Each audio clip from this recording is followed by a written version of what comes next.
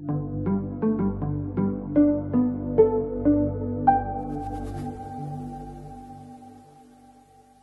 og velkommen til. Mit navn er Jakob Kjøller. Jeg er blevet spurgt lidt her forleden dag om, hvordan man gør, når man rejser.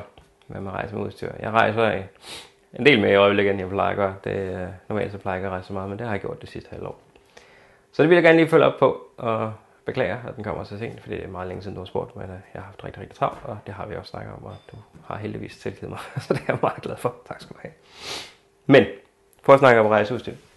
Når jeg bare skal væk en forlænget weekend, et eller andet, hvor jeg ikke skal have computer med, så har jeg den her taske med, for der kan have alle mine ting i. Og skal jeg ud og lave noget, der ikke er decideret fotorelateret, hvor jeg ikke skal bruge alle mine gode objektiver og alt min lækre udstyr, så gider jeg heller ikke slæve det hele med. Hvis jeg bare skal ud og kigge og hygge, og vi skal til Berlin nu her, det er et meget godt eksempel på, da jeg lige var i Oslo, ikke? Så har jeg et kamerahus. Nu er det ikke det her, nu er det det, der optager normalt bruger. Jeg tager et kamerahus, og så tager jeg sådan, hvad det hedder, 28-300. Eller før i tiden, der var det 18-200, som du sidder på her. Og så en 50 mm. Fordi hvis jeg har de her to ting, og så mit kamerahus med en god ISO, så kan jeg skyde i, når det er mørkt, eller når der ikke er meget lys. Så har jeg et lysstærkt objektiv med, det vil sige. Og så har jeg en god zoom. Den går fra, sådan skal jeg åbne, fra 28 til 300.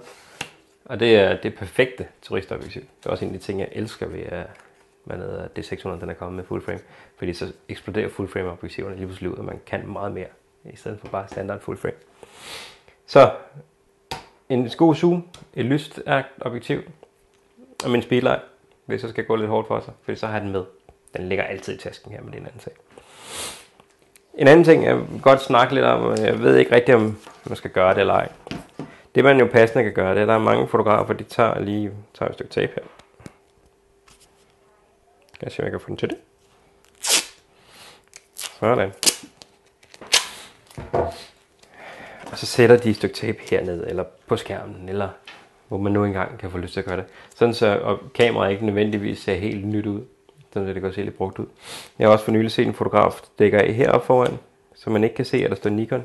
Det ser ikke så fedt ud sådan her, men så skærer man bare lige et stykke plast eller tape. Og så gør det hernede over også. Det var lidt sjovt, jeg så det, fordi jeg har faktisk selv overvejet at gøre det. Fordi jeg synes, sådan en kameranavn her, det skriger bare i hovedet på dig. Og når du står og går rundt og tager billeder, for eksempel nede i Indien, hvor jeg lige har været, hvor man ved, de har ikke så mange penge. Og jeg har undersøgt rigtig meget, inden jeg tog afsted. Skal jeg forvente at få stjålet mit udstyr, fordi jeg synes, det virker. Jeg var lidt bekymret for det, fordi man hører så mange forskellige ting. Men hvad jeg kunne læse mig til, det var sådan et sted som Indien, der var faktisk ikke sindssygt meget kriminalitet. Og som turist, så var det ikke så slemt. Der var nogle retningslinjer, man skulle tage her. Men det er en anden historie. Hvis nogen vil have den, så skriv til mig, så skal jeg nok fortælle, hvad man skal gøre. Så jeg har i hvert fald overvejet at dække mine navne til her. Nikon og her står det 7000 modelnummeret. Fordi så kan man ikke ligefrem se, hvad der er for en kamera, og så kan det måske være lidt mindre interessant. Og som sagt, der er mange, der sætter den hernede på, eller på kortholder, sådan så det ser ud som om udstyret i stykker. Jeg lægger lige væk igen.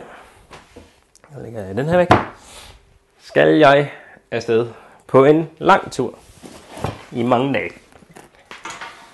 så har jeg 2 tasker med. Pakker lidt der væk, for der har jeg ikke det her med. Så har jeg den her taske med. Grunden til, at jeg har den her taske med, det er fordi, der kan være alt mit udstyr. Og der kan være min bærbare. Den kan være der. For jeg skal typisk af med billederne, eller lave noget med billederne undervejs. Så tager jeg den her taske her, og så pakker jeg den helt sammen, og smider den i min hovedbagage. Fordi jeg skal ikke bruge den, når jeg bor i flyet. Teknisk set må jeg godt have den her taske med, og så en taske til min bærbare. Fordi så har man 2 tasker med. Det må man godt ifølge TSA og USA og flyvesikkerheden og alt muligt andet. Men når det så er sagt, så de sidste mange gange, jeg har været ude at flyve, der er det fuldstændig umuligt at proppe noget op i de der racks over sæderne, hvor håndbagagen skal ligge. Så hvis jeg har 1 taske, så skal jeg nok finde plads til det. Har jeg 2 tasker, så får jeg formodentlig et problem.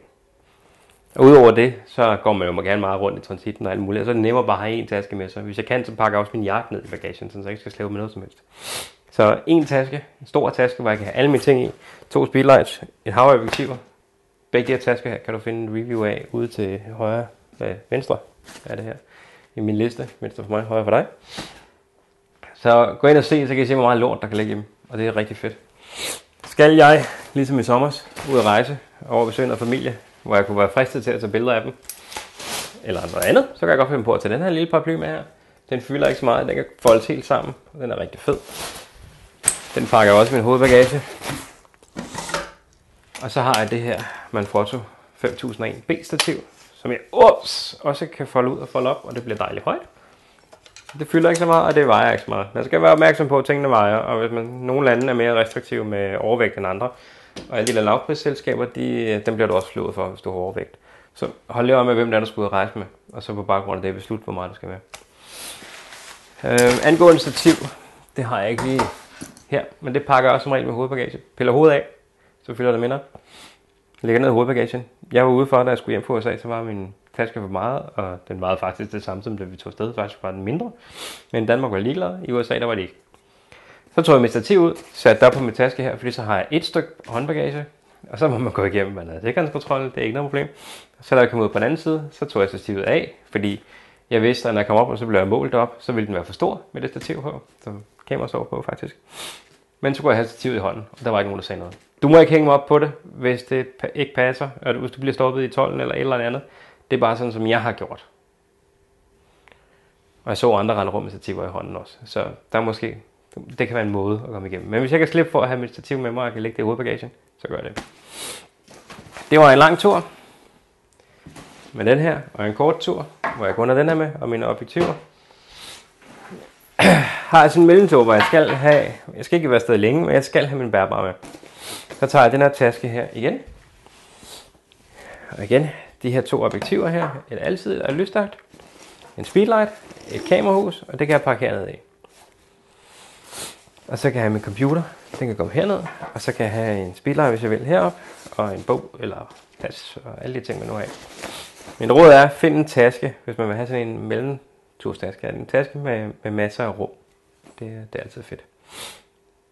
Angående udstyr og rejse, igen, forsikring. Kig på din forsikring, snak med dit forsikringsselskab. Jeg har nogle tråde omkring forsikring, så du kan gå ind på min blog og finde hvad det hedder. Jeg har haft brug for det. Det er godt nok kun rejse til indland, og så mange af dem de dækker også, om du smadrer noget i indland eller udland. Det er fuldstændig ligegyldigt. Kig på dit forsikringsselskab, find ud af, om de dækker de ting, du skal dække. Om du har 100% tilbagegaranti. Der er nogle forsikringer, den jeg har, den europæiske, den har, hvis min udstyr er under 2 år, så får jeg 100% tilbage. Det gjorde jeg sidst, jeg tjekkede. Igen, hvis det ikke gør det mere, så lad mig med at hænge mig. Fordi forsikringsselskaberne ændrer deres vilkår. Men længere tur, hvor jeg skal have bærbare med, så har jeg den her, så gider jeg ikke slå den her med. Så accepterer jeg bare, at jeg skal have det på ryggen, og så en eller anden strop på kameraet. Fordi så kan jeg rette rundt med kameraet over skulderen. Normalt så bruger jeg ikke strop på min kamera. Det gør jeg kun, når jeg er ude at rejse. Fordi jeg gider ikke at rende rundt med strop, og jeg putter den altid ned i tasken. Og hvis jeg putter den taske med, så har jeg ikke strop på min kamera. Fordi så er det lige så hurtigt at tage den op og lægge den ned igen. Men det var hurtigt, hvad jeg havde at sige om rejse. Jeg kan lige tilføje, hvis du skal have meget med, så kan du måske godt betale sig overveje at sende afsted i forvejen. Eller lige efter. Eller et oversøgt transportfirma. Jeg har ikke ude for det endnu. Jeg kan godt lide at have det hele med. Og det er også derfor, jeg pakker alt, jeg kan ned. Den her, alle strømforsyninger, oplader og alt sådan noget. Det ligger i min hovedbagage, og jeg tjekker det ind, for jeg gider ikke åbne det op, og så vælter det ud med ledninger. Og alt andet lige en ny oplader til kamera eller til batteri. Det er selvfølgelig meget surt, at det bliver væk med bagagen. Men jeg kan klare mig med mit udstyr. Jeg har min pas og mine penge og alle ting. Det har jeg i den taske, jeg er med mig. Og alt mit tekniske udstyr, det er billigere at købe nye oplader, end det er at købe nye kamera. Så overvej lidt, hvad I pakker ned. Altså alt ledningsvæsen i hovedbagagen gider jeg ikke slæve med over. Op i flyet. Og alle de ting, som du ikke lige har lyst til at erstatte, og ikke lige kan klare dig uden, tag det med dig.